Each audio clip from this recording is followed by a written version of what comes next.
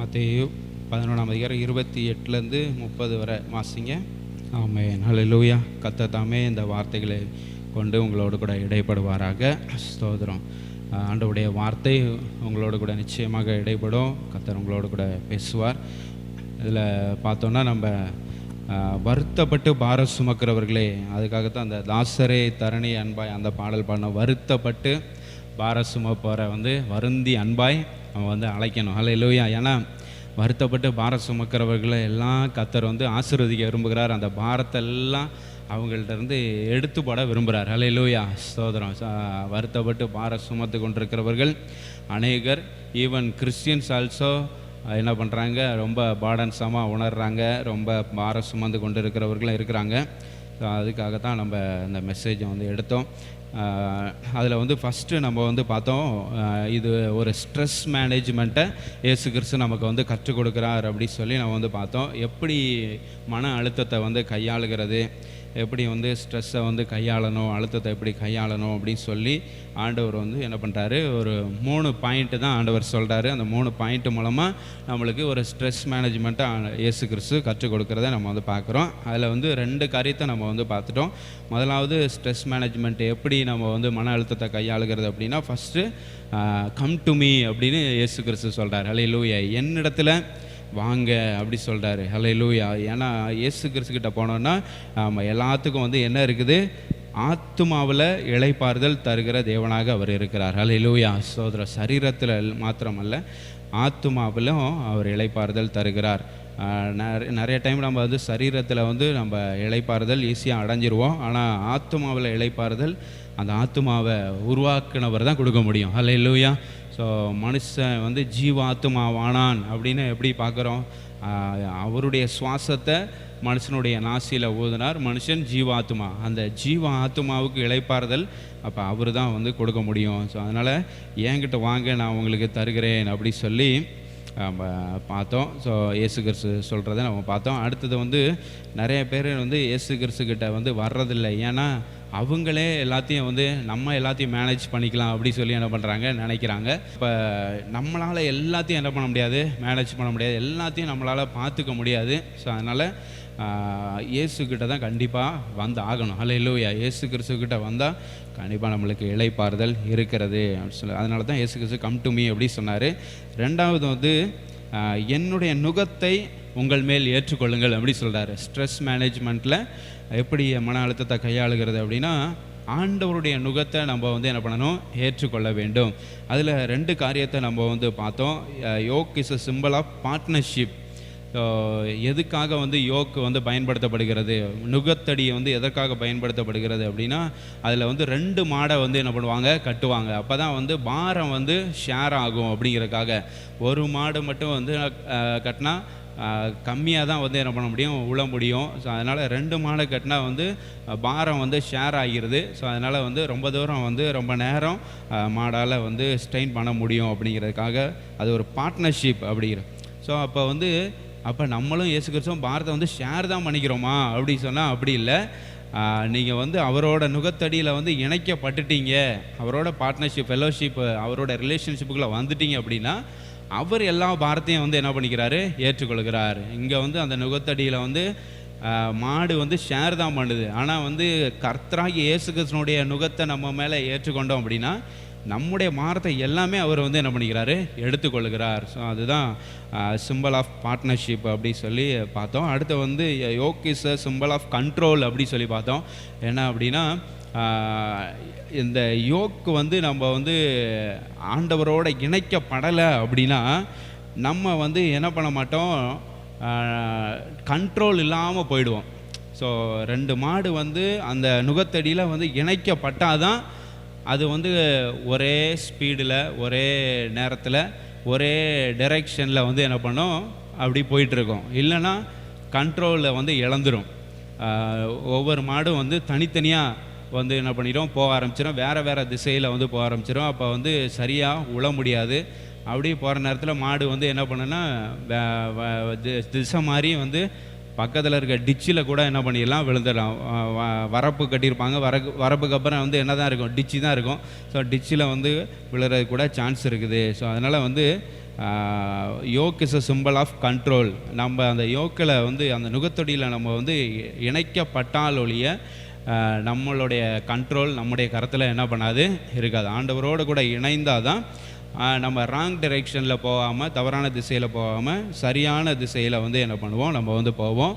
So அதில் வந்து இயேசு கிறிஸ்துவோடு நம்ம வந்து இந்த நுகத்தடியில் இணைக்கப்பட்டால் தான் எல்லா பிரச்சனைக்கும் ஆண்டவர் நம்மளை விலக்கி காப்பார். ஹல்லேலூயா. இல்லைன்னா தவறான திசையில் பிரச்சனைகள் மத்தியில் நம்ம போய் விழ வேண்டிய இருக்கும். ஸோ பிரச்சனைகளுக்குள்ளே நம்ம போகாமல் பிரச்சனைகள்லேருந்து தப்பிக்கணும் அப்படின்னா நம்ம ஆண்டவருடைய நுகத்தடியை நம்ம ஏற்றுக்கொள்ள வேண்டும். ஹல்லேலூயா, ஸ்தோத்திரம். ஸோ அந்த 2 காரியத்தை நம்ம வந்து என்ன பண்ணோம் பார்த்தோம். ஸோ அடுத்ததாக 3வது காரியம், இயேசு கிறிஸ்து என்ன சொல்கிறாருன்னா, என்னிடத்தில் கற்றுக்கொள்ளுங்கள் அப்படி சொல்கிறார். ஹல்லேலூயா, லேர்ன் ஃப்ரம் மீ அப்படின்னு இயேசு கிறிஸ்து சொல்கிறத நம்ம வந்து பார்க்குறோம். ஸோ ஸ்ட்ரெஸ் மேனேஜ்மெண்ட்டில் 3 காரியத்தை சொல்லி ஆண்டவர் வந்து இந்த மன அழுத்தத்தை எப்படி வந்து நம்ம குறைக்கிறது, மன அழுத்தமே இல்லாமல் எப்படி வந்து பீஸ்ஃபுல் லைஃப் வாழுகிறது, நிம்மதியான ஒரு வாழ்க்கை, சமாதானமான ஒரு வாழ்க்கை எப்படி வாழுகிறது அப்படிங்கிறது தான் இயேசு கிறிஸ்து நமக்கு கற்றுக் கொடுக்கிறார். முதலாவது இயேசு கிறிஸ்துக்கிட்ட நம்ம வந்து போயிடணும். 2வது நம்ம வந்து அவருடைய நுகத்தை நம்ம மேலே ஏற்றுக்கொள்ள வேண்டும். ஹல்லேலூயா. 3வது அவர்கிட்ட இருந்து கற்றுக்கொள்ளணும். இயேசு கிறிஸ்து அவர் நம்ம எல்லாத்துக்கும் ஒரு ரோல் மாடல். ஹல்லேலூயா. அந்த உலகத்தில் வந்து நிறையா ரோல் மாடல் இருந்தாலும் அவங்களே ஒரு நேரத்தில் தவறி போயிடுவாங்க, அப்படி தானே? இப்போ வந்து நிறையா பேர் இருக்கிறாங்க. நீங்கள் வந்து கிரிக்கெட்டர்ஸை வந்து ரோல் மாடலாக வச்சுக்கலாம், இல்லை சினி ஆக்ட்ரஸை வந்து என்ன பண்ணலாம், ரோல் மாடலாக வைக்கலாம். யாரை வேணாலும் நீங்கள் ரோல் மாடலாக வச்சுக்கலாம் அந்த உலகத்தில். ஆனால் வந்து அவங்க ஒரு வேளை வந்து என்ன பண்ணிடுவாங்க, தவறிடுவாங்க. ஸோ அவங்களோட லைஃப் வந்து எப்படி இருக்கணும், பர்ஃபெக்டாக இருக்கணும், எந்த தவறும் வந்து என்ன பண்ணக்கூடாது, செய்யக்கூடாது. அப்போ அவங்க தான் வந்து ரோல் மாடல். அவங்கள பின்பற்றி அவங்க போகிறது நல்லாயிருக்கும். அப்போ அந்த உலகத்தில் வந்து யாரை வேணாலும் எடுத்துக்கோங்க, யாருமே என்ன பண்ண முடியாது, பர்ஃபெக்டாக இருக்க முடியாது. ஸோ இயேசு கிறிஸ்து தான் வந்து பர்ஃபெக்டான ஒரு தெய்வம். ஹல்லேலூயா. அவர் வந்து பரிசுத்தமுள்ளவர், அவர் உண்மையுள்ளவர், நேர்மையானவர். அதனால் பரிபூர்ணமான தெய்வம் அவர் தான். ஸோ அதனால் இயேசு கிறிஸ்துவை தான் நம்ம வந்து ரோல் மாடலாக எடுத்துக்கொள்ள வேண்டும். அவர்கிட்ட இருந்து நம்ம வந்து என்ன பண்ண எல்லாவற்றையும் கற்றுக்கொள்ளணும். அவர் எப்படி வந்து இந்த பூமியில் செயல்பட்டார், அவரோட ரியாக்ஷன்லாம் எப்படி இருந்துச்சு அப்படி சொல்லி அவர்கிட்ட இருந்து நம்ம வந்து கற்றுக்கொண்டோம் அப்படின்னா கண்டிப்பாக பீஸ்ஃபுல்லான ஒரு லைஃப் இந்த உலகத்தில் நம்ம வந்து வாழலாம். ஹல்லேலூயா. ஸோ இயேசு கிறிஸ்து மாதிரி இந்த உலகத்தில் வந்து ஒரு பேலன்ஸ்டு லைஃபு, ஒரு ஹெல்த்தி லைஃபு இந்த உலகத்தில் யாருமே வாழலை. இயேசு கிறிஸ்து போல் பர்ஃபெக்டான ஒரு லைஃபு, பேலன்ஸ்டு லைஃபு யாருமே இந்த உலகத்தில் வந்து வாழலை அப்படி சொல்லலாம். மன அழுத்தம், போராட்டம், உபத்திரவங்கள், பாடுகள் எதுவுமே இயேசு கிறிஸ்துவை பாதிக்கலை. ஹல்லேலூயா. எல்லாம் இருந்துச்சு, ஆனால் எதுவுமே இயேசு கிறிஸ்துவை வந்து என்ன பண்ணல, பாதிக்கலை. ஐயோ சோர்வாயிட்டேன், ஐயோ மன அழுத்தத்துக்குள்ளே போயிட்டேன் அப்படின்னு, பலன் இல்லாமல் போயிட்டேன் அப்படி சொல்லி இயேசு கிறிஸ்து எங்கேயாச்சும் உட்காந்துருந்தாரா? 40 நாள் ஃபாஸ்டிங் போட்டோம். பிசாசு தான் வந்து என்ன பண்ண, டயர்டாக இருப்பீங்க, இந்த கல்லெல்லாம் அப்பமாக்கு அப்படி சொல்லுங்கள் அப்படின்னு பிசாசு தான் வந்து தூண்டி விட்றானே தவிர அவர் 40 நாள் ஃபாஸ்டிங் போட்டால் அவர் வந்து ஒன்றும் என்ன பண்ணல, சோர்ந்து போகலை. ஹல்லேலூயா. ஸோ அப்போ எதுவும் நம்ம வந்து பாட்டு பாடணும்ல, இன்பமோ துன்பமோ வறுமையோ வியாதியோ பசியோ எதுவுமே இயேசு கிறிஸ்துவை வந்து என்ன பண்ண முடியாது, ஆட்கொள்ள முடியாது. ஹல்லேலூயா. ஸோ இயேசு கிறிஸ்து எல்லாத்தையும் ஆட்கொண்டார். எல்லாத்தையும் ஆளுகை செய்கிற தேவன் நம்முடைய தேவன். ஹல்லேலூயா. ஸோ அதனால் அவரை போல் நம்மளும் இருக்கணும். நம்மளுக்கு அழுத்தங்கள் வருதா, மன அழுத்தங்கள் வருதா, போராட்டங்கள் வருதா, அது நம்மளை ஆட்கொள்ளக்கூடாது. நம்ம வந்து என்ன பண்ணணும், அதை நம்ம வந்து என்ன பண்ணணும், ஆளுகை செய்கிறவர்களாக நம்ம மாற வேண்டும். ஹல்லேலூயா. இயேசு கிறிஸ்துவை நம்ம வந்து ஃபாலோ பண்ணணும். அவர் தான் அந்த பூமியில் வந்து நல்ல ஒரு வாழ்க்கை வாழ்ந்தார். ஸோ அவரை நம்ம வந்து ஃபாலோ பண்ணோன்னா நம்முடைய இந்த வாழ்க்கைக்கு ஒரு நோக்கம், அப்புறம் வந்து இந்த வாழ்க்கையில் நம்மளுக்கு வேண்டிய சமாதானம், சந்தோஷம் எல்லாமே நம்மளுக்கு நிச்சயமாக கிடைக்கும் சொல்லி பார்க்குறோம். ஸோ இந்த மத்தேயு 11:29 வந்து என்னிடத்தில் கற்றுக்கொள்ளுங்கள் அப்படி சொல்கிறார்.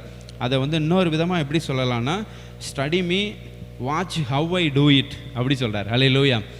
என்னை பாருங்கள், என்னை படிங்க, நான் எப்படி எல்லாத்தையும் பண்ணுறேன்னு பாருங்கள் அப்படி சொல்கிறார். ஹல்லேலூயா. அப்போ புரியுதுங்களா? ஸோ இயேசு கிறிஸ்துவிட்ட வந்து கற்றுக்கொள்ளணும் அப்படின்னா இயேசு கிறிஸ்துடைய வாழ்க்கையை பார்க்கணும். இந்த பூமியில் இயேசு கிறிஸ்து எப்படி வாழ்ந்தார் அப்படிங்கிறத பாருங்கள். அவர் எல்லாத்தையும் வந்து எப்படி வந்து எடுத்துக்கொண்டார், எல்லா பிரச்சனைகளையும் அவர் வந்து எப்படி எடுத்துக்கொண்டார் அப்படிங்கிறத, அவர் எப்படி ரியாக்ட் பண்ணார், அதுக்கு என்ன செய்தார், ரிப்ளை எப்படி கொடுத்தாரு அப்படிங்கிறதெல்லாம் நம்ம வந்து பார்த்துட்டோன்னா அவ்வளோதான், நம்ம ஸ்ட்ரெஸ் மேனேஜ்மெண்ட்டு ஈஸியாக வந்து என்ன பண்ணிடலாம், முடிச்சிடலாம். ஸோ அதைத்தான் நம்ம வந்து இங்கே இன்னும் கொஞ்சம் டீட்டெயிலாக நம்ம வந்து பார்க்க போகிறோம். ஸோ ஏற்கனவே 2 காரியங்களை நம்ம வந்து முடிச்சிட்டோம். 3வதாக நம்ம பார்க்குறோம். ஸோ இப்போ இயேசு கிறிஸ்து வந்து லேர்ன் ஃப்ரம் மீ அப்படின்னு சொல்கிறது, என்னிடத்துலேருந்து கற்றுக்கொள்ளுங்கள் அப்படின்னு சொல்கிறது வந்து, நான் உங்களுக்கு வந்து பொறுமையை வந்து கற்றுக் கொடுக்குறேன், நான் வந்து உங்களுக்கு வந்து நல்ல ஸ்டெமினா தர்றேன், நல்ல கான்ஃபிடென்ஸை கொடுக்குறேன், நல்ல கரேஜை கொடுக்குறேன், டைம் மேனேஜ்மெண்ட் என்னென்னு சொல்லித்தரேன், கோல் செட்டிங் என்னன்னு சொல்லித்தரேன் அப்படிங்கிறதெல்லாம் ஆண்டவர் வந்து அதை வந்து லேர்ன் ஃப்ரம் மீ அப்படின்னு வந்து ஆண்டவர் வந்து சொல்லலை. அவர் என்ன சொல்கிறார் அப்படின்னா, learn from me for I ஆம் ஜென்டில் அண்ட் ஹம்பிள் அப்படி சொல்கிறார். ஹல்லேலூயா. நான் வந்து எப்படி இருக்கேன், சாந்தமும் மனத்தாழ்மையுமா இருக்கிறேன். He wants us to watch him and replicate what he did. அவரை வந்து நம்ம பார்க்கணும் அப்படின்னு விரும்புகிறாரு. ஹல்லேலூயா. இயேசு கிறிஸ்து வந்து அவரை நம்ம வந்து பார்க்கணும், அதே நேரத்தில் அவர் எப்படி என்ன வந்து செய்தார் அப்படிங்கிறத நம்மளும் செய்யணும் அப்படி சொல்லி விரும்புகிறார். யாருக்கிட்ட எப்படி பேசினார், யாருக்கிட்ட எப்படி நடந்துக்கிட்டாரு, அதையே நீங்களும் வந்து என்ன பண்ணுங்கள், அப்படி நான் செய்ததையே நீங்கள் வந்து என்ன பண்ணுங்கள், செய்யுங்க அப்படிங்கிறது தான் ஆண்டவர் வந்து நம்மகிட்ட வந்து எதிர்பார்க்கறது. ஹல்லேலூயா. ஸோ இதை வந்து நம்ம வந்து அவர்கிட்ட வந்து கற்றுக்கிட்டோம் அப்படின்னா நம்மளுக்கு எந்த அழுத்தம், எந்த ஒரு பிரச்சனையும் நம்மளுக்கு வராது. ஹல்லேலூயா. புரியுதுங்களா? ஸோ இயேசு கிறிஸ்து எப்படி வாழ்ந்தார், அவர் யார்கிட்ட எப்படி பிஹேவ் பண்ணார், எப்படி வந்து நடந்து கொண்டார், என்ன பேசினார் அப்படிங்கிறத நம்ம அவர்கிட்ட இருந்து கற்றுக்கொண்டாலே போதும், நம்ம வாழ்க்கையை நல்லா நிம்மதியாக சந்தோஷத்தோடு சமாதானத்தோடு என்ன பண்ணிடலாம், நம்ம வந்து வாழ்ந்துடலாம். ஸோ இதில் வந்து இந்த ஒரு காரியம் நம்ம வந்து ஜென்டலாக இருக்கணும், அதே நேரத்தில் ஹியூமிலிட்டியோடு இருக்கணும், சாந்தத்தோடு இருக்கணும், மனத்தாழ்மையோடு இருக்கணும் அப்படிங்கிறது இட்ஸ் அ ப்ராசஸ். ஹல்லேலூயா. நம்ம சாந்தமாக இருக்கணும், மனத்தாழ்மையாக இருக்கணும் அப்படிங்கிறது ஓவர் நைட்லலாம் வந்து சாந்தமும் மனத்தாழ்மையும் வந்து வந்துடாது. ஒரே நாள் இரவில் நம்ம படுத்து தூங்கிட்டு காலையில் எழுந்திரிச்சா ரொம்ப சாந்த சொர்பியாக மாறிட்டாங்க, மனத்தாழ்மையோடு எல்லாம் மாறிட்டாங்க, உருவமே மனத்தாழ்மையின் உருவமாக மாறிட்டியப்பா அப்படின்லாம் வந்து ஒரு நாள் நைட்லலாம் அப்படி என்ன பண்ணாது, அது வந்து அந்த கேரக்டர்லாம் அந்த ஆட்டிடியூட்லாம் வராது. ஸோ அது வந்து it's a process, it will take time. ஒருவேளை வந்து நம்ம லைஃப் லாங்காக அதை வந்து நம்ம கற்றுக்கிட்டே இருக்கலாம். சில நேரம் ஏதாச்சும் ஒரு நேரத்தில் வந்து சாந்தத்தை இழந்து போயிடலாம், மனத்தாழ்மை இல்லாமல் போயிடலாம். ஸோ அது மாதிரிலாம் இருக்க தான் செய்யும். ஆனால் வந்து இட்ஸ் அ ப்ராசஸ். அதை வந்து நம்ம வந்து கடைசி வரை நம்ம வந்து என்ன பண்ணுவோம், நம்ம கற்றுக்கொண்டே நம்ம வந்து இருப்போம். சாந்தத்தோடு இருக்கணும் அப்படின்னு சொல்லிட்டு அதை வந்து ப்ராக்டிஸ் பண்ணிக்கிட்டே இருப்போம். மனத்தாழ்மையோடு இருக்கணும் அப்படின்னு சொல்லிட்டு அதை வந்து லைஃப் லாங்காக நம்ம வந்து இதை ப்ராக்டிஸ் பண்ணிக்கிட்டே இருக்கணும். ஹல்லேலூயா. ஒன்ஸ் இதை வந்து நல்லா நம்ம ப்ராக்டிஸ் பண்ண ஆரம்பிச்சிட்டோம், சாந்தத்தோடு இருக்கிறது, மனத்தாழ்மையோடு இருக்கிறத நம்ம வந்து ப்ராக்டிஸ் பண்ண ஆரம்பிச்சிட்டோம் அப்படின்னா கண்டிப்பாக we can reduce our stress. ஹல்லேலூயா. நம்முடைய அழுத்தங்கள், நம்முடைய பிரச்சனைகள் எல்லாம் நிச்சயமாக வந்து என்ன பண்ணும், குறையும். ஸோ இந்த ஸ்ட்ரெஸ்ஸுக்கு வந்து முக்கியமான காரணமே இந்த சாந்தம், மனத்தாழ்மை இதுக்கு ஆப்போசிட்டாக செயல்படுறது தான் காரணம். சாந்தத்தோடு இல்லாமல், மனத்தாழ்மையோடு இல்லாமல், அதுக்கு ஆப்போசிட்டாக நம்ம வந்து நம்மளோட ஆக்ஷன்ஸ் எல்லாம் அதுக்கு ஆப்போசிட்டாக இருந்துச்சுன்னு வைங்க, நம்ம செயல்பாடுகள் அதுக்கு எதிராக இருந்துச்சுன்னா அப்போ நம்மளுக்கு ஸ்ட்ரெஸ் கண்டிப்பாக வரதான் செய்யும், நம்மளுக்கு டிப்ரெஷன் கண்டிப்பாக வரதான் செய்யும். அதோட ஆப்போசிட் என்ன, சாந்தத்தோட ஆப்போசிட் என்ன, மனத்தாழ்மையோட ஆப்போசிட் என்ன அப்படி சொல்லி தான் நம்ம பார்க்க போகிறோம். ஸோ சாந்தம் அப்படின்னா நம்ம இங்கிலீஷில் வந்து ஜென்டில்னஸ் அப்படி சொல்லி பார்க்குறோம். மனத்தாழ்மை அப்படின்னா ஹியூமிலிட்டி. ஸோ ஹியூமிலிட்டியோட ஆப்போசிட் என்னது, ஆரகன்ஸ், ப்ரௌடு, ப்ரௌடு, ஆரகன்ஸ் அப்படின்னு நம்ம சொல்லலாம். ஸோ மனத்தாழ்மையாக இருக்கிறது, இங்கிலீஷில் தமிழில் வந்து சொல்லணும்னா மனத்தாழ்மைக்கு ஆப்போசிட் எதிர்ச்சொல் வந்து என்னது, ப்ரௌடு, பெருமையாக இருக்கிறது, அகந்தையாக இருக்கிறது, அதுதான் வந்து ஆரகன்ஸ் அப்படி சொல்லுவோம். ஸோ மனத்தாழ்மையாக இருக்கிற இடத்துல நம்ம அகந்தையாக இருக்கிறோம், ஆணவத்தோடு இருக்கிறோம் அப்படின்னா நம்மளுக்கு கண்டிப்பாக அழுத்தம் வந்து தான், நம்மளுக்கு பிரச்சனை நம்ம தேடி வரும். ஸோ அப்போ அதுதான் காரணம். அடுத்து வந்து ஜென்டில்னஸ், மனத்தாழ்மை, இது சாந்தம். சாந்தத்தோட ஆப்போசிட் வந்து என்னென்னா அக்ரஷன். ஜென்டில்னஸோட ஆப்போசிட் வந்து என்னது, அக்ரஷன். ஹியூமிலிட்டியோட ஆப்போசிட்டு ஆரகன்ஸு, ஜென்டில்னஸோட ஆப்போசிட் வந்து அக்ரஷன். அக்ரஷன்னா வந்து நம்ம யார் சொல்லியும் கேட்குறதே கிடையாது.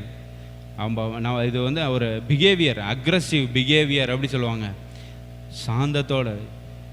சாந்தத்தோடு இருக்கிறவங்க வந்து யோசிப்பாங்க ஒரு காரியத்தை செய்கிறதுக்கு. ஆனால் அதுக்கு ஆப்போசிட்டில் அக்ரஸிவ் அப்படின்னா யோசிக்க மாட்டாங்க, பட்டுன்னு என்ன பண்ணுவானுங்க, எல்லாத்தையும் வேகமாக காரியங்களை செய்வாங்க. ஸோ அப்போ வந்து இந்த ரெண்டு காரியத்தினால தான் சாந்தத்துக்கு எதிராகவும் அந்த மனத்தாழ்மைக்கு எதிராகவும் நம்ம வந்து செயல்பட்டோம் அப்படின்னா எல்லா பிரச்சனையும் கண்டிப்பாக நம்ம தேடி. ஸோ அந்த ரெண்டு காரியத்தையும் நம்ம அவாய்ட் பண்ணிடணும். ஆரகன்ஸும் நமக்கு இருக்கக்கூடாது, அக்ரஷன்ஸும் நம்மளுக்கு இருக்கக்கூடாது, அகந்தை ஆணவம் நம்மளுக்கு இருக்கக்கூடாது. அதே நேரத்தில் அந்த அக்ரஸிவ் பிஹேவியர், சரிங்களா? ஸோ அப்போ வந்து அக்ரஷன் அப்படின்னா நம்ம வந்து பார்த்தாச்சு என்ன அப்படின்னா, யோசிக்க மாட்டாங்க, அவங்க வந்து என்ன பண்ணிடுவாங்க, அந்த காரியத்தை செஞ்சுருவாங்க.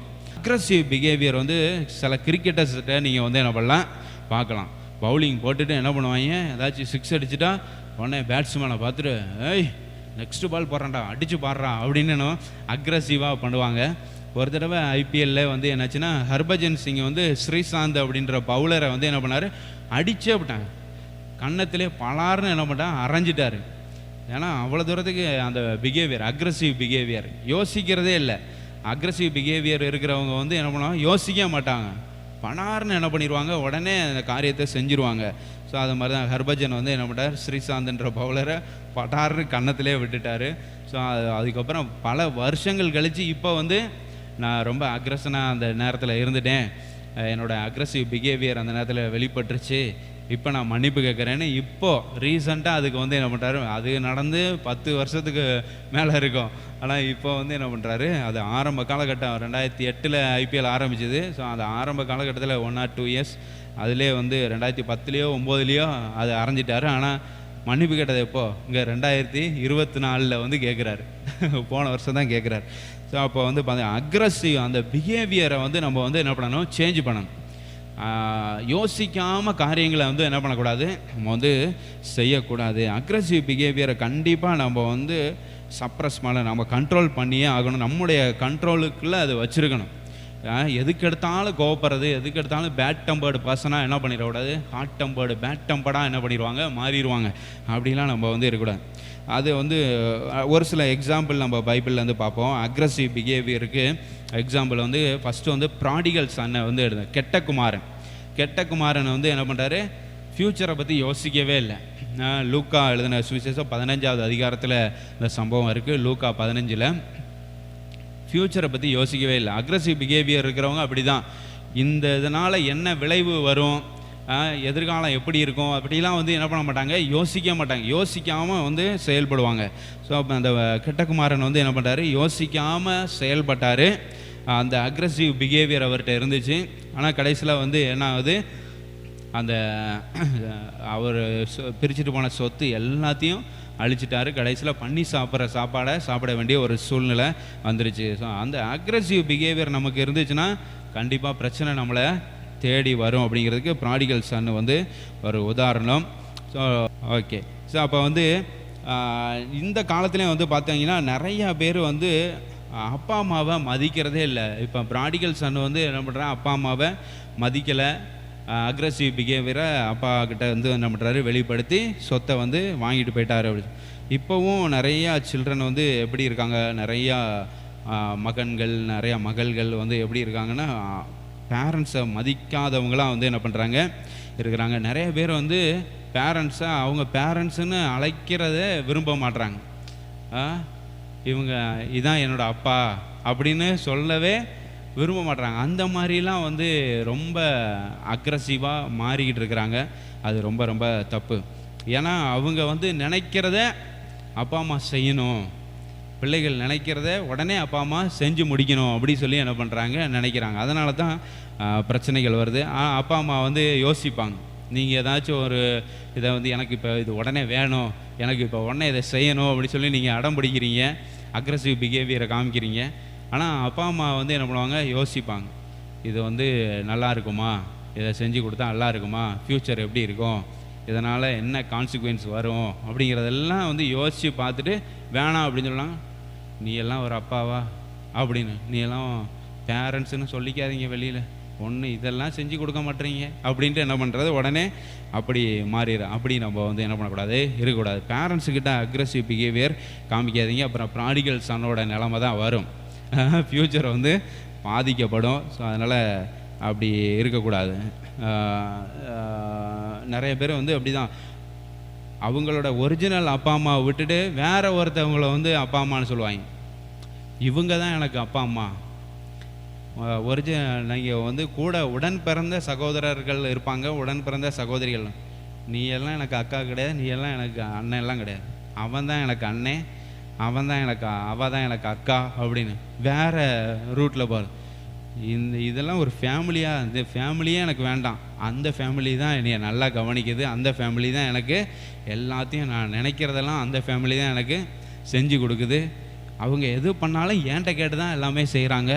நீங்கள்லாம் அப்படியா செய்கிறீங்க? நான் ஒன்று கேட்டாலே ஒன்றும் செய்ய மாட்டேங்கிறீங்க, அவங்களாம் என்கிட்ட கேட்டு தான் எல்லாமே செய்கிறாங்க அப்படின்ட்டு நீங்கள்லாம் I don't want to call you as father, I don't want to call you as mother, he is my father, she is my mother அப்படின்னு சொல்லிட்டு வேறு பக்கம் திரும்பிடுறாங்க. ஸோ ஒரு காரியத்தை அவங்க செய்யலை அப்படிங்கிறதுக்காக அப்பா அம்மாவே மாற்றிடுறாங்க. இப்போ அவங்க தான் எனக்கு அப்பா அம்மா, நீங்கள் அப்பா அம்மா இல்லை அப்படின்னு. அப்படிலாம் அக்ரெசிவ் பிஹேவியர், அதெல்லாம் கண்ட்ரோல் பண்ணணும். அப்படிலாம் போச்சுன்னா கொஞ்ச நாள் அப்படி இருக்கும். ஒரிஜினல் அப்பா அம்மா மாதிரி வருமா? ஏதாச்சும் ஒரு சூழ்நிலை வரும், அப்போ வந்து என்ன பண்ணிடுவாங்க, கையை கழுவி விட்டுருவாங்க. பிலாத்து மாதிரி, எனக்கும் இந்த இதுக்கும் எந்த சம்மந்தமும் இல்லை, இவன் யாருன்னே எனக்கு தெரியாது, இவன் யாருன்னு எனக்கு தெரியாது அப்படின்னு சொல்லிட்டு என்ன பண்ண கை கழுவி விட்டுருவாங்க. ஸோ அதனால் எப்போவுமே ஒரிஜினல் அப்பா அம்மா தான் நம்மளுக்கு அப்பா அம்மா. ஸோ அவங்கள நம்ம பிரியப்படுத்துகிறவர்களாக இருக்கணும். அல்லேலூயா. அவங்க சொல் கேட்டு நடக்கிறவர்களாக இருந்தால் ஃப்யூச்சர் நல்லா இருக்கும். அதுக்கு இன்னும் ஒரு உதாரணம், அப்பா அம்மாவுக்கு கீழ்ப்படியாமல் இருக்கிறதுக்கு, அப்பா அம்மாக்கிட்ட அக்ரெசிவ் பிஹேவியர் காட்டுறது இன்னொரு உதாரணம் வந்து Samson didn't listen to his parents. அப்படி தானே?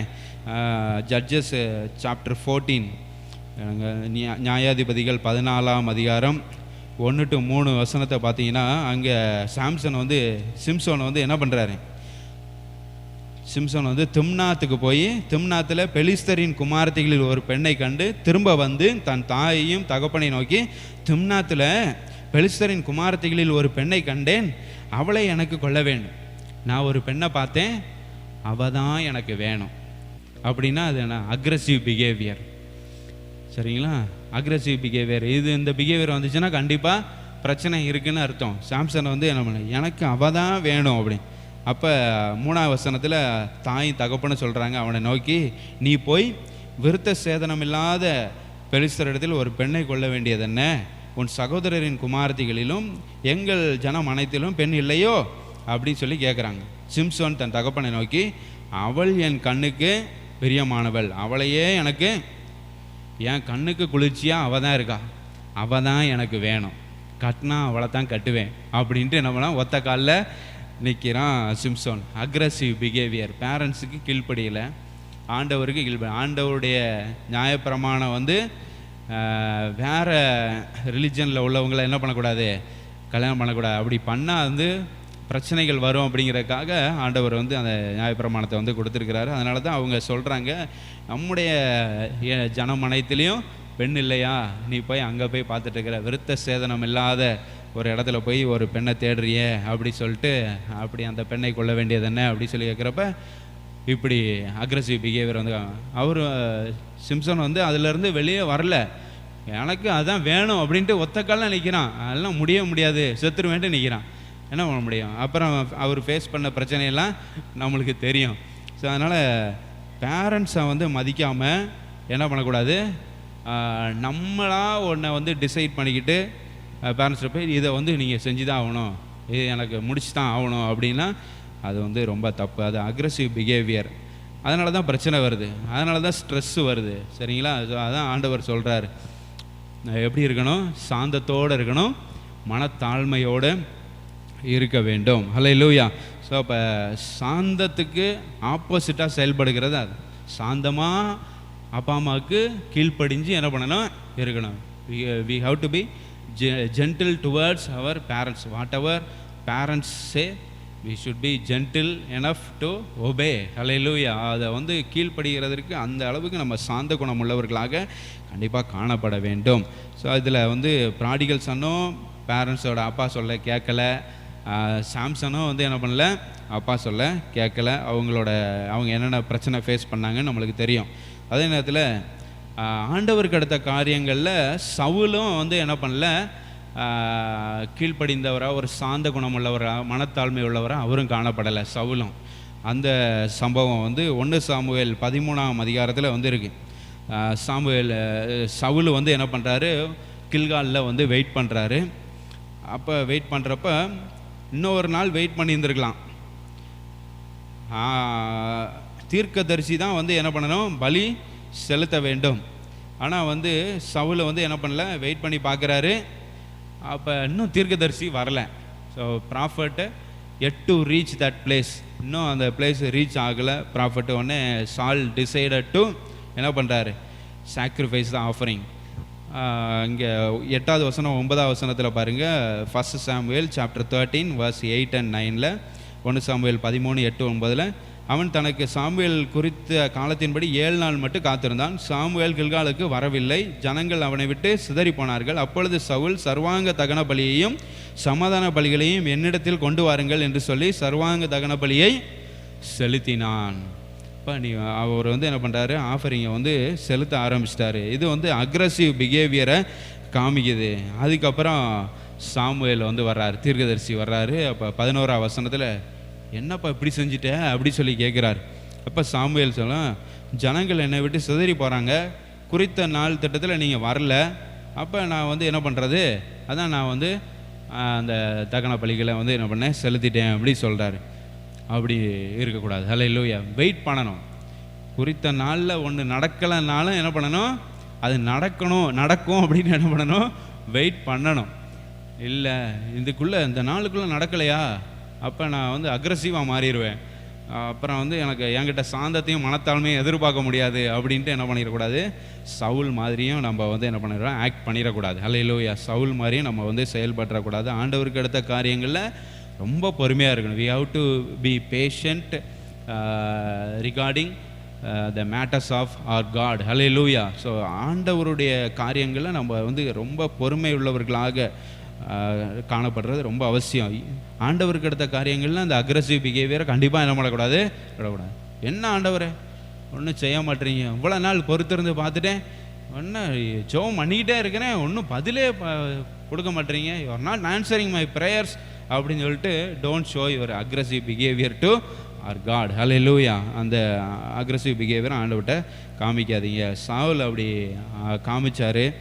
அவருக்கு நடந்த காரியங்கள் உங்களுக்கு தெரியும். இந்த சாக்ரிஃபைஸ் பண்ணதுனால தான் அவருடைய கிங்டமே போயிடுச்சு.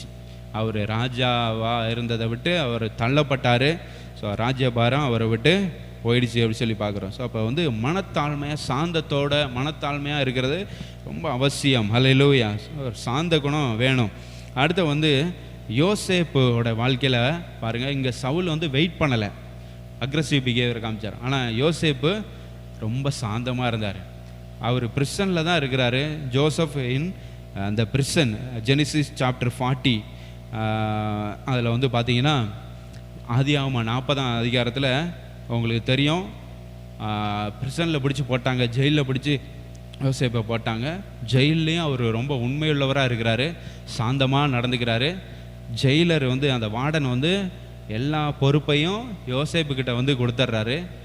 அங்கே வந்து பானபாத்திரக்காரன் இருக்கிறான், இந்த சுயம்பாய்களின் தலைவன் இருக்கிறான். 2 பேருக்கும் சொப்பனம் வருது. அந்த சொப்பனத்துக்கு விளக்க கொடுக்குறான். அப்போ பானபாத்திரக்காரர்கிட்ட சொல்கிறான், நீ போய் திரும்ப ராஜாக்கிட்ட திரும்பியும் தண்ணி ஊற்றி கொடுக்க போவடா.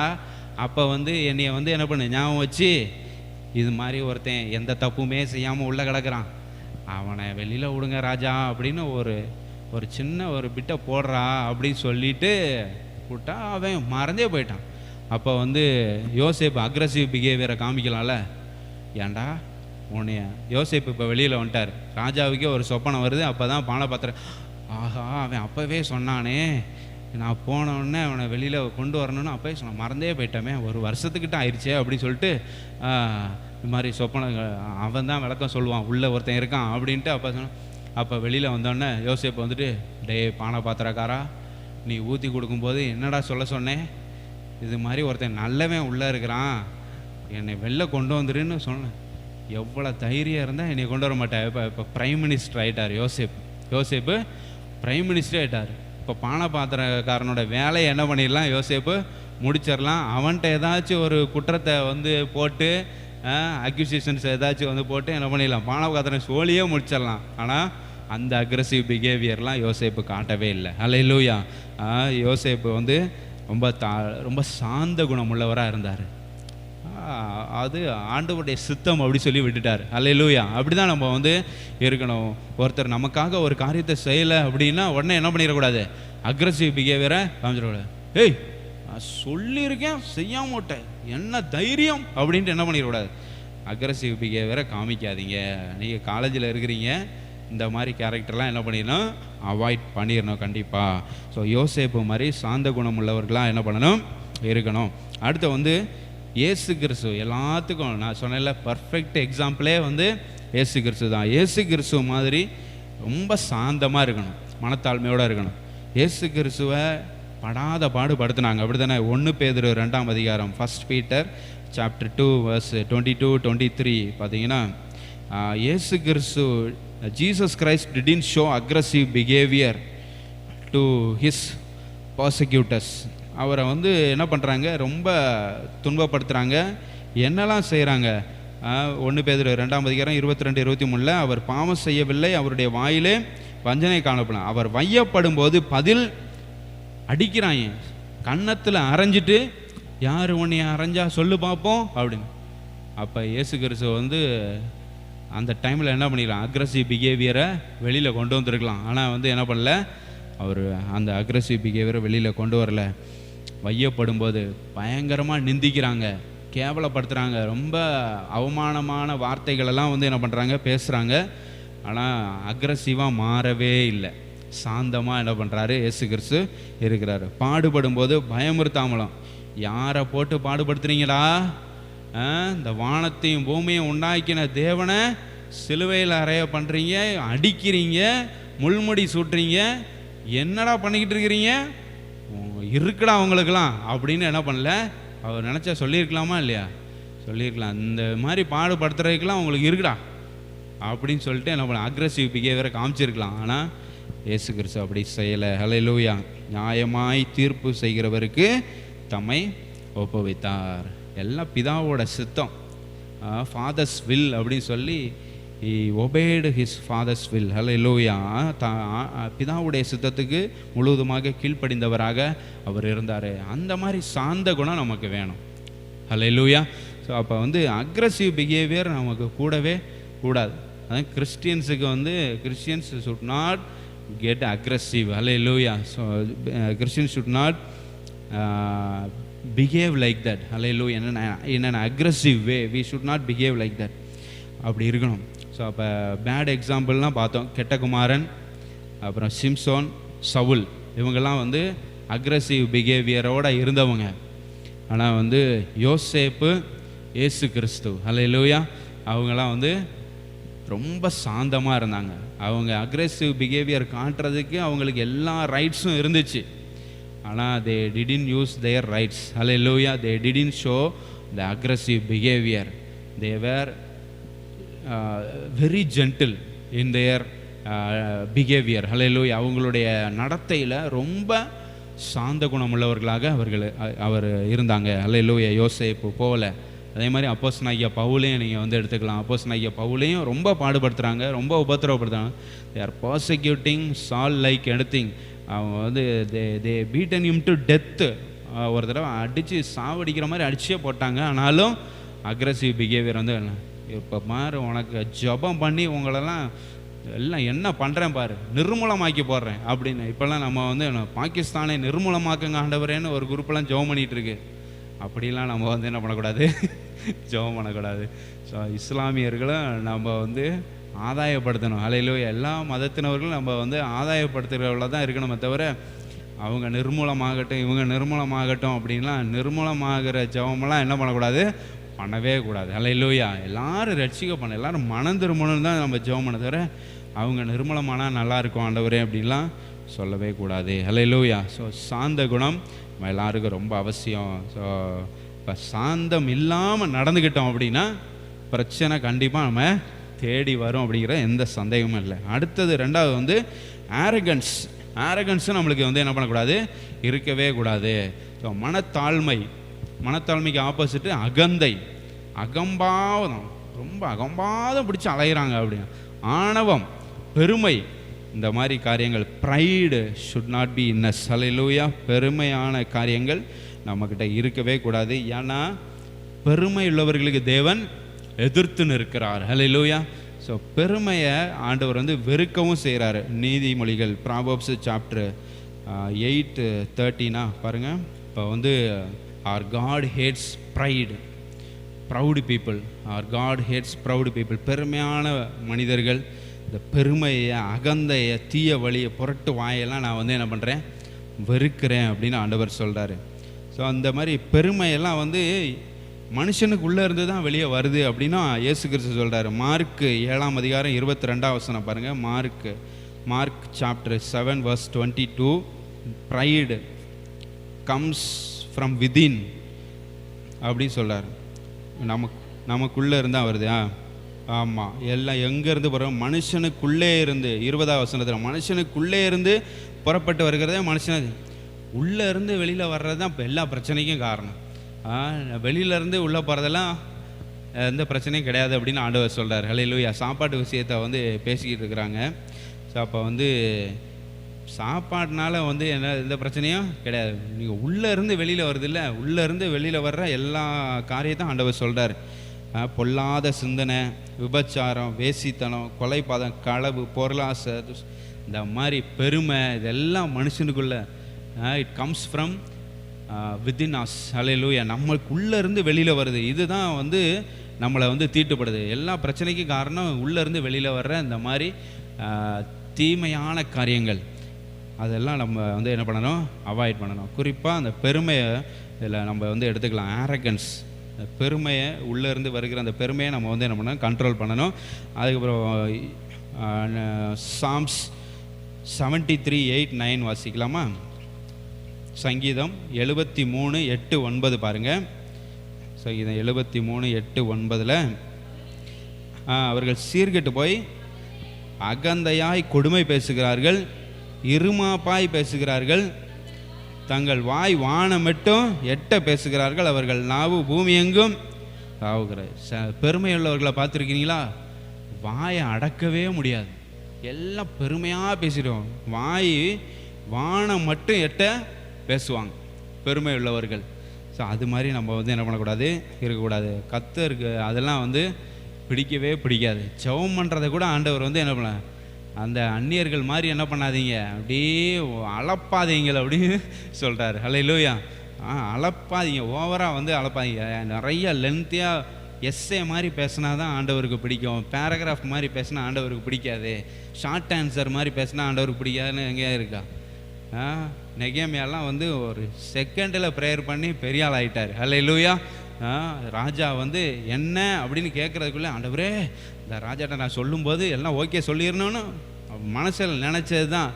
ராஜா எல்லாமே ஓகே சொல்லிட்டாரு. நீ போப்பா, எருசலேமுக்கு போ, அலங்கத்தை கெட்டு, எல்லாம் உனக்கு எல்லாத்தையும் அனுப்பி விட்றேன் அப்படின்னு எல்லாம் குதிரை வீரரை அனுப்புகிறான், சோல்ஜரை அனுப்புகிறான், எல்லாம் கூட அனுப்பி எல்லாம் என்னென்ன தேவை எல்லாத்தையும் அனுப்பி, ஒரு சின்ன ஒரு செகண்ட் ப்ரேயர் தான்.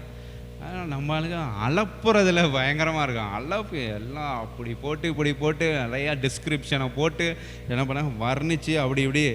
அது தப்பு இல்லை, ஆனால் வந்து நேரத்துக்கு தகுந்த மாதிரி சொல்லணும். சில நேரம் சாப்பாட்டுக்கு முன்னால் உட்காந்து எஸ்ஏ மாதிரி ப்ரேயர் பண்ணிக்கிட்டு இருந்தால் எப்படி இருக்கும்? எல்லாம் பிரியாணி, நல்லா சூடாக பிரியாணி இருக்குது, பிரியாணி சாப்பிட போகிறோம். இப்போ லென்த்து ப்ரேயர், கெட்டு டென்ஸ்டு. ஸோ அதான் வந்து அப்படிலாம். ஸோ சூழ்நிலை அறிஞ்சு, சுச்சுவேஷன் அறிஞ்சு என்ன பண்ணணும், செயல்படணும். ஹல்லேலூயா. ஸோ அப்போ இந்த மாதிரி வானம் எட்டுற அளவுக்கு என்ன பண்ணக்கூடாது, பெருமை உள்ளவர்கள் தான் அப்படி பேசுவாங்க. அகந்தையாய் கொடுமை பேசுகிறார்கள், இந்த மாதிரி பேசவே கூடாது. 17 அதிகாரம் 10 இதே சங்கீதத்தில் 17 10, Psalm 17:10. வீம்பு பேசுகிறாங்க, தங்கள் வாயினால் வீம்பு பேசுகிறாங்க, வேணுக்குனே வம்புழுப்பாங்க. பெருமை உள்ளவங்க என்ன பண்ணுவாங்க, வேணுக்குனே வம்புழுப்பாங்க. நம்ம அப்படி என்ன பண்ணக்கூடாது, வீம்பு பேசக்கூடாது. வம்புழுக்கிறான் அப்படின்ட்டு நம்மளும் வம்புக்கு வந்து என்ன பண்ணிடக்கூடாது, போயிடக்கூடாது. ஸோ ஒருத்தன் வம்புழுக்கிறான் அப்படின்னா நம்மளுக்கு தெரிஞ்சிடணும், அவன் ஏதோ பெருமை அவனுக்கு இருக்குது, அதனால தான் வம்புழுத்துக்கிட்டு இருக்கிறான் அப்படின்னு சொல்லிட்டு. ஸோ அதனால் நம்ம வந்து இந்த ஆரகன்ஸ் எல்லாம் வந்து என்ன பண்ணணும், அவாய்ட் பண்ணணும். யோபு 35ஆம் அதிகாரம் 12ஆம் வசனம் பாருங்கள். ஜோப் சாப்டர் 35 verse 12. பெருமை நிமித்தம் கூப்பிட்டா ஆண்டவர் என்ன பண்ண மாட்டார், மறு உத்தரவே கொடுக்க மாட்டார். God will not answer proud people's prayer. அல்லேலூயா. பெருமை உள்ளவர்களுடைய ஜெபத்தை ஆண்டவர் என்ன பண்ண மாட்டார், he will not answer. அவர் வந்து கேட்குறதே இல்லை. ஜோப் 35:12 ஆண்டவர் அழகாக சொல்கிறார், பொல்லாதவர்களின் பெருமை நிமித்தம் கூப்பிடுகிறார்கள், அவரோ மறு உத்தரவு கொடுக்கறதில்லை. ஸோ பெருமையாக இருந்துக்கிட்டு ஜெபம் பண்ணால் ஆண்டவர் வந்து என்ன பண்ண மாட்டார், ஜெபத்தை கேட்க மாட்டார். தேவனால் தெரிந்து கொள்ளப்பட்ட இஸ்ரவேல் ஜனங்களே பெருமையாக இருந்தாங்கன்னு ஓசியா 5:5 பார்க்குறோம். ஓசியா 5:5 பார்த்தீங்கன்னா இஸ்ரவேல் மக்கள் வந்து எப்படி இருக்கிறாங்களாம், பெருமை உள்ளவர்களாக இருக்கிறாங்க. அதான் கிறிஸ்டின்ஸே சில நேரம் நம்மளும் வந்து என்ன பண்ணிடுறோம், பெருமையாக இருக்கிறோம். அப்படி இருக்கக்கூடாது. ஓசியா 5:5 இஸ்ரவேலின் அகந்தை அவர்கள் முகத்துக்கு முன்பாக, உன் முகத்திலே தெரியுது நல்ல பெருமையாக இருக்கானு அப்படின்னு ஆண்டவர் சொல்கிறார். அல்லேலூயா. மூஞ்ச பார்த்தாலே தெரியுது நல்லா பெருமையில் நிறைஞ்சிருக்கிற அப்படின்ட்டு இஸ்ரவேலோட அகந்தையை ஆண்டவர் வந்து சொல்கிறார். ஆரகண்ட்டாக இருக்குது. தேவனால் தெரிந்து கொள்ளப்பட்ட ஜனம் அப்படின்னா ரொம்ப பெருமையாக என்ன பண்ணக்கூடாது, பேசிட்டு அலையக்கூடாது. சில பாஸ்டர் அதை வந்து காமெடியாக வந்து நம்மளாம் ராஜா வீட்டு பிள்ளைகள், அதனால் அப்படி நெஞ்ச நிமித்திட்டு, அப்படிலாம் மனத்தாழ்மை சாந்தம் தான் நம்மளுக்கு நல்ல காரியங்களை கொண்டு வரும். அல்லேலூயா. ஸோ நம்ம வந்து ராஜா வீட்டு பிள்ளை தான், ஆனால் நம்ம வந்து எப்படி ராஜா வீட்டு பிள்ளை அப்படின்னா அப்படி இந்த உலகத்தோட ராஜா வீட்டு பிள்ளை மாதிரி நம்ம வந்து பிஹேவ் பண்ணக்கூடாது. அல்லேலூயா. இயேசு ராஜா வீட்டு பிள்ளைகள் வந்து எப்போ ஜென்டிலாக இருக்கும், ஹம்பிளாக இருக்க வேண்டும். அதான் வந்து our kings sons and daughters should behave in that way. Alleluia. அந்த வழியில் தான் நம்ம வந்து என்ன பண்ணணும். ஏன்னா நம்முடைய ராஜா அப்படி பெருமையெல்லாம், தேவன் மனிதன் ஆனார். அப்போ வந்து இயேசு கிறிஸ்து பெருமையாக அப்படி அலைஞ்சதை எங்கேயாச்சும் பார்த்துருக்கோமா, அவர் நடை என்ன, அவர் உடை என்ன அப்படின்னு எதுவும் இங்கே டிஸ்கிரிப்ஷன் இருக்குதா? அப்படிலாம் கிடையாது. இயேசு அப்படி நடந்தார். அவர் நடந்து வரும்போதே எல்லாம் அப்படி சாஞ்சிட்டாங்க. அப்படி நடந்து வரும்போதே எல்லாம் அப்படி ஆச்சுன்னு ஏதாச்சும் வசனம் இருக்குதா? அப்படிலாம் பெருமையெல்லாம் நடக்கலை ஆண்டவர். அல்லேலூயா. ஸ்தோத்திரம். ஸோ இயேசு கிறிஸ்துவை தான் நம்ம ரோல் மாடல். அவர் ஹீஸ் அவர் பர்ஃபெக்ட் எக்ஸாம்பிள். ஸோ அதனால தான் வந்து ஆரகண்ட்டாக நம்ம வந்து என்ன பண்ணக்கூடாது, பிஹேவ் பண்ணக்கூடாது. ஆரகன்ஸ் ஆட்டிடியூடு, அந்த ஆட்டிடியூட் நம்மளுக்கு தேவையில்லை. அதே மாதிரி சங்கீதம் 10:2 பாருங்கள். சங்கீதம் 10:2 arrogant attitude we should not have that.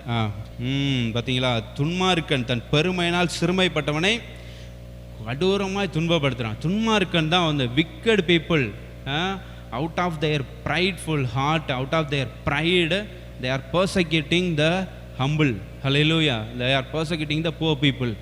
ஏழை எளிய மக்களை, ரொம்ப எளிமையாக இருக்கிறவர்களை வந்து என்ன பண்ணுறாங்க, அந்த பெருமை உள்ளவர்கள், துன்மார்க்கமாக இருக்கிறவங்க தான் என்ன பண்ணுவாங்க, துன்பப்படுவாங்க. ஸோ அந்த மாதிரி அந்த ஆரகண்ட் ஆட்டிடியூட் நமக்கு இருக்கவே கூடாது. ஏசாயா 2:17 பாருங்கள். ஏசாயா 2:17. Isaiah chapter 2 verse 17. நரரின் மேட்டிமை தாழ்ந்து மனுஷரின் வீராப்பு தனியும், கர்த்தர் ஒருவரே அந்நாளில் உயர்ந்திருப்பார். ஸோ அப்போ வந்து ஆண்டவர் தான் நம்ம உயர்த்தணுமே தவிர நம்முடைய மனசு அப்படி மேட்டிமையாக இருக்கிறது, வீராப்பாக இருக்கிறது, இதெல்லாம் நம்மளுக்கு கிறிஸ்டின்ஸுக்கு ஆகவே ஆகாது. அல்லேலூயா. ஸோ வீராப்பு காமிக்கிறது, மேட்டிமையாக நடக்கிறது, மேட்டிமையாக பேசுகிறதெல்லாம் அது நம்மளுடைய கேரக்டரே கிடையாது. அல்லேலூயா. ஸோ அந்த இதெல்லாம் ஆண்டவர் வந்து வெறுக்கிறார். அதனால தான் ஆண்டவர் சொல்கிறாரு, மேட்டிமை தாழ்ந்து போகும், வீராப்பு தனியும், கர்த்தர் தான் ஒரு நாளில் என்ன பண்ணியிருப்பார், உயர்ந்திருப்பார் அப்படி சொல்லி 1 சாமுவேல் 2:3 பாருங்கள். அன்னாள் வந்து அங்கே வந்து சொல்கிறாங்க, பிள்ளை பிறந்த உடனே அன்னாள் வந்து சொல்கிறாங்க 1 சாமுவேல் 2:3, இனி மேட்டுமையான பேச்சை பேசாதிருங்கள், அகந்தையான பேச்சு உங்கள் வாயில். 1 சாமுவேல் சாப்டர் 2 verse 3. மேட்டுமையான பேச்சு பேசாதீங்க, அகந்தையான பேச்சு உங்கள் வாயிலிருந்து புறப்பட வேண்டாம். அல்லேலூயா. அப்படியே இந்த மாதிரி பேச்செல்லாம் நம்மளுக்கு இருக்கவே கூடாது. அப்படி இருந்தால் அதுதான் பிரச்சனை. அதை நம்மளுக்கு வர்ற பிரச்சனையெல்லாம் ஏன் அப்படின்னு தான் நான் சொல்லிக்கிட்டு இருக்கிறேன். நம்ம வந்து சாந்தமாகவும் மனத்தாழ்மையாகவும் இல்லை, அதுக்கு ஆப்போசிட்டாக செயல்படுறோம். நம்ம வந்து ஜென்டிலாகவும் ஹம்பிளாகவும் இல்லாமல் அக்ரஸிவ் பிஹேவியரோட ஆரகண்ட் ஆட்டிடியூடோடு நம்ம வந்து செயல்படுறதுனால தான் எல்லா பிரச்சனையும் நம்மளுக்கு வருது. குறிப்பாக வாயினால் நிறைய பேர் வாங்கி கட்டிக்கிறாங்க.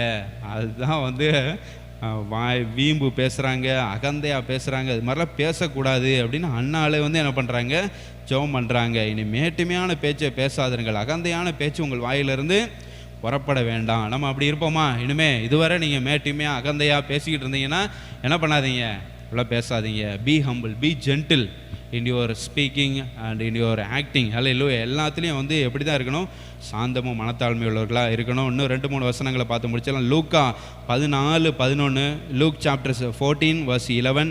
தன்னைத்தான் உயர்த்துகிறவனவனும் those who humble themselves they will be lifted up. Hallelujah.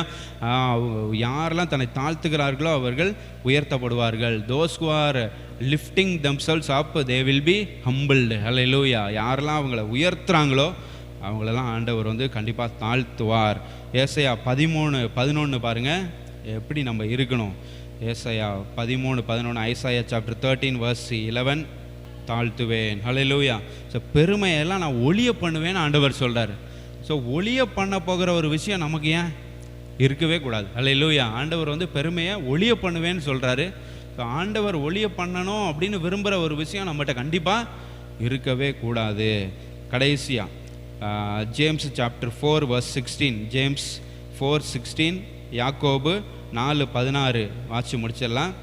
Amen. Hallelujah.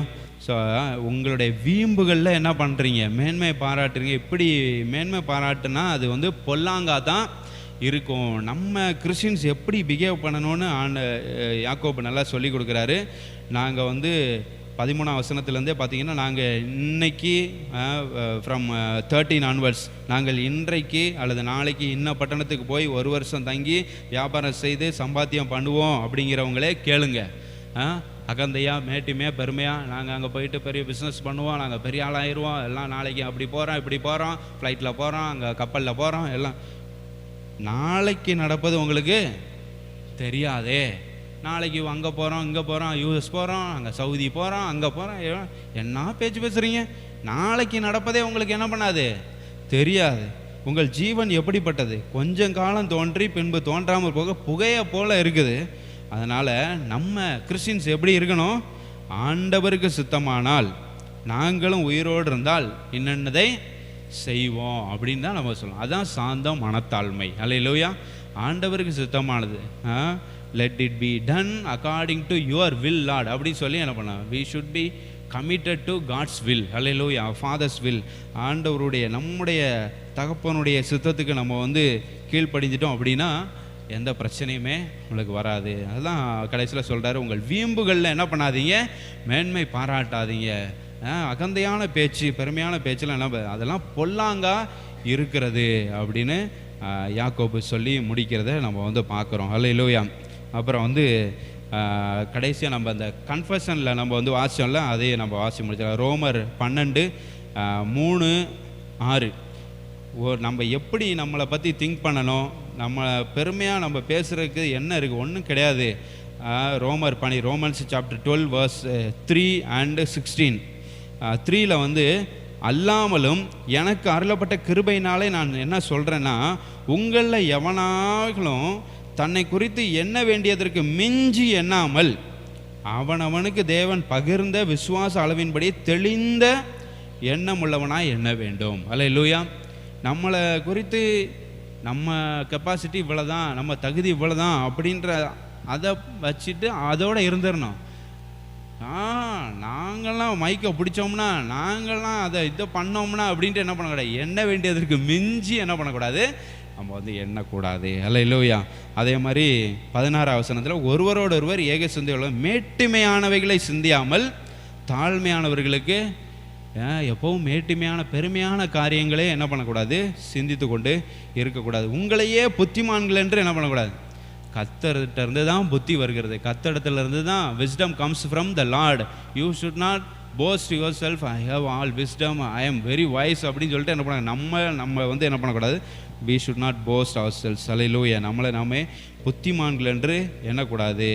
So அப்போ வந்து ஆரகண்ட் ஆட்டிடியூடு, அக்ரஸிவ் பிஹேவியர், இது ரெண்டையும் வந்து அவாய்ட் பண்ணிட்டா எந்த ஸ்ட்ரெஸ்ஸு, எந்த பிரச்சனை நம்மளுக்கு வரவே வராது. ஹல்லேலூயா.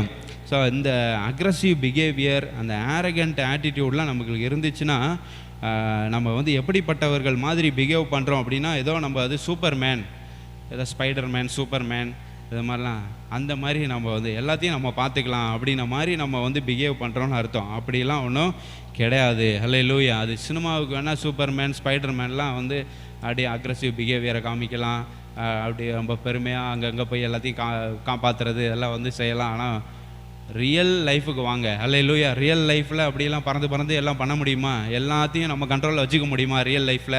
அப்படிலாம் கிடையாது. நம்ம ஆண்டவருடைய சித்தத்துக்கு நம்ம முழுவதுமாக அர்ப்பணிக்க வேண்டும். சாந்தமும் மனத்தாழ்மை உள்ளவர்களாக நம்ம காணப்பட வேண்டும். ஹல்லேலூயா. இந்த மாதிரி லைஃப் தான் வாழணும் அப்படி சொல்லி ஆண்டவர் விரும்புகிறார். ஹல்லேலூயா. என்னிடத்திலிருந்து கற்றுக்கொள்ளுங்கள் அப்படின்னு ஆண்டவர் சொன்னது சாந்தமும் மனத்தாழ்மையும் தான். ஹல்லேலூயா. we should be humble like our Jesus, we should be gentle like our Jesus in our words and in our actions. ஹல்லேலூயா. நம்முடைய சொல்களிலும் செயல்களிலும் இயேசு கிறிஸ்துவை போல சாந்தம் உள்ளவர்களாயும் மனத்தாழ்மை உள்ளவர்களாயும் நம்ம வந்து இருக்கிறோமா? அப்படி இருந்தோன்னா எந்த ஒரு மன அழுத்தம், எந்த ஒரு பிரச்சனையும் நம்ம பாதிக்காது. ஹல்லேலூயா. ஸோ இதுக்கு வந்து ஒரே ஒரு ஆன்டிடோட்டு மட்டும் சொல்லி முடிச்சிடறேன். ஒரே ஒரு ஆன்டிடியூட், எப்படி வந்து இந்த ஆரகண்ட் ஆட்டிடியூடு, இந்த அக்ரஸிவ் பிஹேவியரை வந்து எப்படி நம்ம வந்து கண்ட்ரோல் பண்ணுறது அப்படின்னா, by growing our faith. Hallelujah.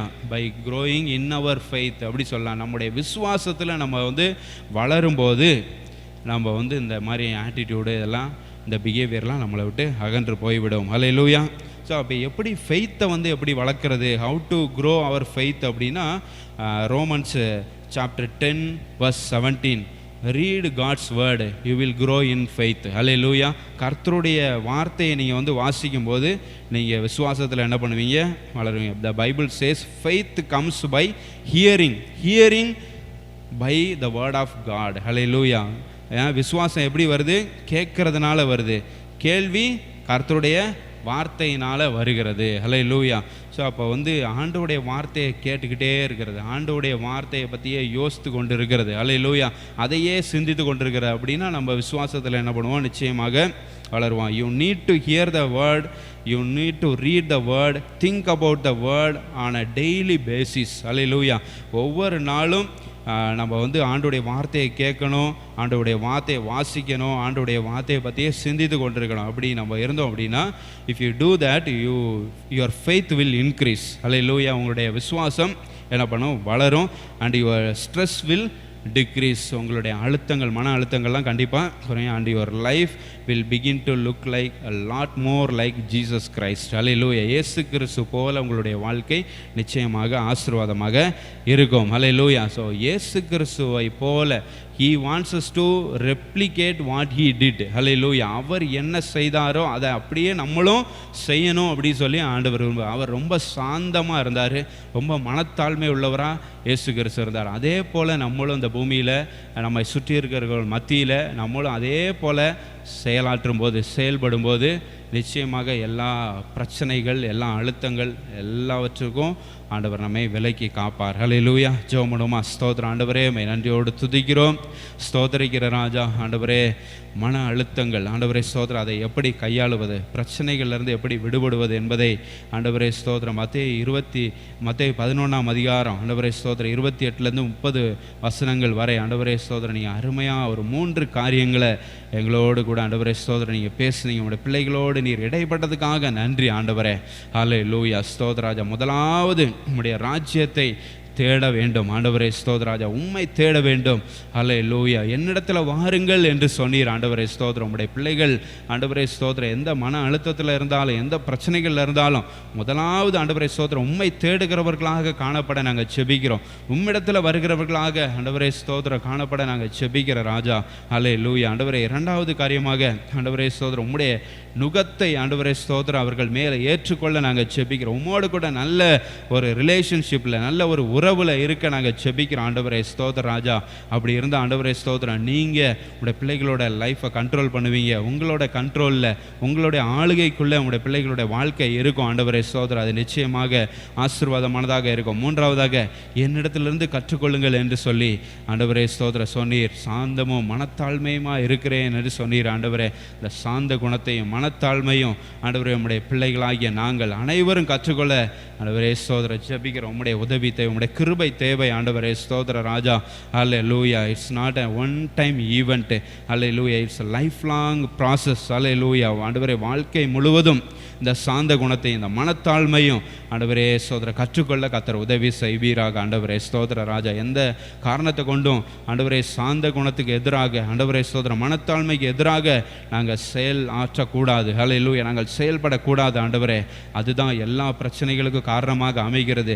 Aggressive behaviour, ஆரகண்ட் attitude, இந்த ரெண்டும் ஆண்டவரே உம்முடைய பிள்ளைகள்கிட்ட ஆண்டவரே காணப்படவே கூடாது. ஆண்டவரே ஸ்தோத்திர ராஜா, அந்த மாதிரி ஆண்டவரே ஸ்தோத்திர ஆரகண்ட் ஆட்டிடியூட், ஆண்டவரே பெருமை, அகந்தை, ஆண்டவரே ஸ்தோத்திரம் ஆணவம், ஹல்லேலூயா ஸ்தோத்திர ராஜா, எதற்கெடுத்தாலும் கோவப்படுகிறது, இந்த மாதிரி காரியங்கள் உடைய பிள்ளைகள்கிட்ட காணப்பட்டால் அதை ஆண்டவரே இன்றே எடுத்து போடுங்க. ஆண்டவரே ஸ்தோத்திர ராஜா. ஹல்லேலூயா. நல்ல சாந்தமுள்ளவர்களாக, மனத்தாழ்மை உள்ளவர்களாக உடைய பிள்ளைகள் எல்லாம் காணப்பட, எல்லா பிரச்சனைகளுக்கும் விலகி இருக்க நாங்கள் செபிக்கிறோம். ஆண்டவரே ஸ்தோத்திர ராஜா, இந்த ஆராதனைக்கு வந்த உடைய பிள்ளைகள் ஒவ்வொருவரையும் ஆண்டவரே இந்த ஆலயத்திலிருந்து, கர்த்தருடைய ஆலயத்திலிருந்து நாங்கள் ஆசீர்வதித்து அனுப்புகிறோம். ஆசீர்வாதமாக இருப்பார்களாக. ஆண்டவரே ஸ்தோத்திர சோர்வுகள், பலவீனங்கள், வியாதி, ஆண்டவரே ஸ்தோத்திர எல்லா பிரச்சனைகளும் உடைய பிள்ளைகள்கிட்ட இருந்து நீக்கி போடுங்க. ஆண்டவரே ஸ்தோத்திர ராஜா, இந்த வாரம் முழுதும் உடைய பிள்ளைகளை பலப்படுத்துங்க. ஆண்டவரே ஸ்தோத்திர ராஜா, உடைய பிள்ளைகளுக்கு தேவையான எல்லா உதவிகளையும் ஆண்டவரே ஸ்தோத்திரம் அவர்களுக்கு செய்யுங்க. ஆண்டவரே, மனுஷர் கண்களில் ஆண்டவரே ஸ்தோத்திரம் உம்முடைய கண்களில் உடைய பிள்ளைகளுக்கு தயவு கிடைக்க நாங்கள் செபிக்கிறோம். ஆண்டவரே ஸ்தோத்திர ராஜா, கேட்ட பிரசங்கத்தின்படி சாந்தம் உள்ளவர்களாக, மனத்தாண்மை உள்ளவர்களாக எப்பொழுதும் ஆண்டவரை வாழ்ந்திருக்க, ஆசீர்வாதங்களை பெற்றுக்கொள்ள நாங்கள் செபிக்கிற ராஜா. ஸ்தோத்திரம். ஆண்டவரே, இந்த ஆராதனை எங்களுக்கு ஆசீர்வாதமாக்கி தந்ததுக்காக உமக்கு நாங்கள் நன்றி செலுத்துகிற ராஜா. ஸ்தோத்திரம். ஆண்டவரே, திரும்ப ஆண்டவரே ஸ்தோத்திரம் இதே போல் நாங்கள் சந்திக்கும் வரை ஆண்டவரே பிரியாத நேசர் எங்கள் எல்லாரையும் நீங்கள் வழி நடத்துங்க. ஆண்டவரே, உம்முடைய ஆளுகைக்குள்ளே எங்கள் எல்லாரையும் நாங்கள் ஒப்பு கொடுக்குறோம். நீங்கள் எங்களை ஆளுகை செய்யுங்க. எல்லா துதிக்கான மகிமையும் ஒருவருக்கே நாங்கள் செலுத்துகிறோம். இரட்சகராகிய இயேசு கிறிஸ்துவின் நாமத்தில் ஜெபிக்கிறோம் எங்கள் ஜீவனுள்ள நல்ல பிதாவே, ஆமென். என் ஆத்துமாவே கர்த்தரை ஸ்தோத்திரி, என் முழுவதுமே கர்த்தருடைய பரிசுத்த நாமத்தை ஸ்தோத்திரி. என் ஆத்துமாவே கர்த்தரை ஸ்தோத்திரி, கர்த்தர் செய்த சகல உபகாரங்களை மறவாதே. ஆமென். நம்முடைய கர்த்தராகிய இயேசு கிறிஸ்துவினுடைய கிருபையும், பிதாவாகிய தேவனுடைய அன்பும், பரிசுத்த ஆவியானுடைய அந்யோன்ய ஐக்கியமும், சந்தோஷமும், சமாதானமும், பாதுகாவலும், பராமரிப்பும், நிறைவான பிரசன்னமும் நம் அனைவரோடு கூட, சகல பரிசுத்தவான்களோடு கூட இன்றும் என்றும் என்றைக்கு தங்கியிருப்பதாக. ஆமென். ஹல்லேலூயா. God bless you all. Praise.